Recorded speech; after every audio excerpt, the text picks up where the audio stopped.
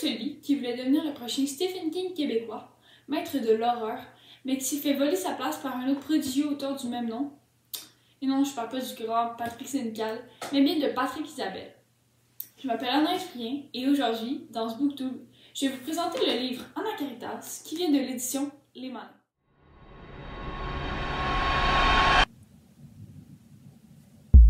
C'est l'histoire de William Walker, un jeune adolescent de 2e secondaire qui, un soir, décida d'aller jouer au Ouija chez l'une de ses amies et qui finira par en subir les conséquences. Tout se déroule dans une petite ville nommée Saint-Hector à l'époque des réseaux sociaux. Accompagnés de Gabrielle, Anthony et Marianne Roberts, la fille étrange de leur école, ils vont combattre la chose étrange qui pourchasse leur amie Sabrina et eux-mêmes depuis un certain temps, en utilisant les connaissances de l'une d'entre eux. Serait-ce une jumelle maléfique, un être malveillant? Seule l'histoire vous le dévoilera. Serait-il plus facile de juger cette fille qui n'a pas d'amis, qui s'habille sombrement, toujours la tête baissée, perdue dans ses passés, que d'essayer de lui parler, d'apprendre à la connaître, de comprendre ce qu'elle ressent? À mon avis, oui. À mon avis, on connaît tous cette personne qui a l'air seule et triste et qu'on décide pareil volontairement de ne pas y porter attention pour ne pas se mêler à ses problèmes et risquer de subir ce que cette personne subit aussi. Ce thème de l'intimidation qui est si crucial dans notre société, puis qu'on sait qu'il existe nous adolescents, mais qu'on décide pareil de ne pas y porter attention. Il est présenté dans ce livre. Tous les élèves en eurent le souffle coupé, nous disait l'auteur à son arrivée.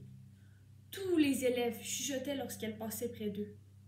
La craignait-il? Tout cela m'amène à parler d'elle, de Marianne Pourquoi Roberts. elle n'est pas notre personnage principal? Bien, c'est simple.